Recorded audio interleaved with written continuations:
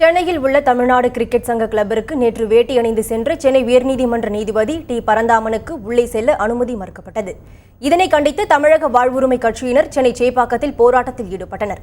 இதுகுறித்து எமது செய்தியாளர் கோகுல் தரும் கூடுதல் தகவலை தற்போது பார்க்கலாம்.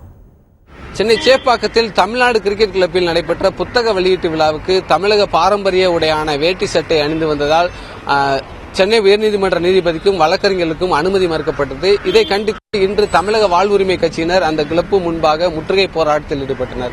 நேற்று முன்தினம் மாலை சென்னை தமிழ்நாடு கிரிக்கெட் கிளப்பில் ஒரு புத்தக வெளியீட்டு விழா நடந்தது. அந்த புத்தக வெளியீட்டு விழாவுக்கு சென்னை உயர்நீதிமன்ற நீதிபதி ஹரி பரந்தாமனும் அதேபோன்ற மூத்த வழக்கறிஞர்கள் காந்தி மற்றும் சுவாமிநாதன் ஆகியோர் தமிழக பாரம்பரிய உடையான வேட்டி சட்டை அணிந்து வந்திருந்தனர். ஆனால் அந்த கிளப்போடைய நிர்வாகிகளும் ஊழியர்களும் தங்களுடைய கிளப்போடைய விதிமுறைகள் படி வேட்டி சட்டை அணிந்து வந்தால் அனுமதிக்க முடியாது என கூறி அவர்களை அந்த புத்தக வெளியீட்டு விழாவிற்கு அந்த நிகழ்ச்சியில் கலந்து கொள்வதற்கு அனுமதிக்க மறுத்துவிட்டனர்.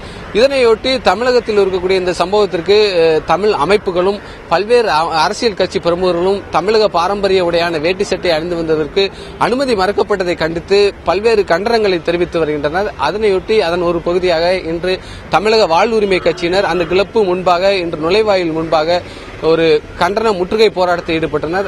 முற்றுகை போராட்டத்தின் போது நீதிபதிகளையும் வழக்கறிஞர்களையும் அந்த விழாவில் கலந்து கொள்ள அனுமதிக்க மறுத்த அந்த தனியார் கிளப்போடைய நிர்வாகிகளை கண்டித்தும் அந்த ஊழியர்களை கண்டித்தும் கோஷங்களை எழுப்பினர். அந்த நிர்வாகிகள் உடனடியாக மன்னிப்பு கேட்க வேண்டும் எனவும் அந்த நிர்வாகிகள் மீது கடுமையான நடவடிக்கை அரசு எடுக்க வேண்டும் எனவும் அவர்களை உடனடியாக கைது செய்ய வேண்டும் எனவும் அந்த ஆர்ப்பாட்டத்தில் ஈடுபட்டவர்கள் கோஷங்களை எழுப்பினார்கள். அந்த ஆர்ப்பாட்டத்தில் ஈடுபட்ட 30க்கும் மேற்பட்டவர்களை போலீசார் தற்பொழுது கைது செய்துள்ளனர். தந்தி செய்திகளுக்காக ஒளிப்பதிவாளர் ஆனந்துடன் கோகுலரமணன்.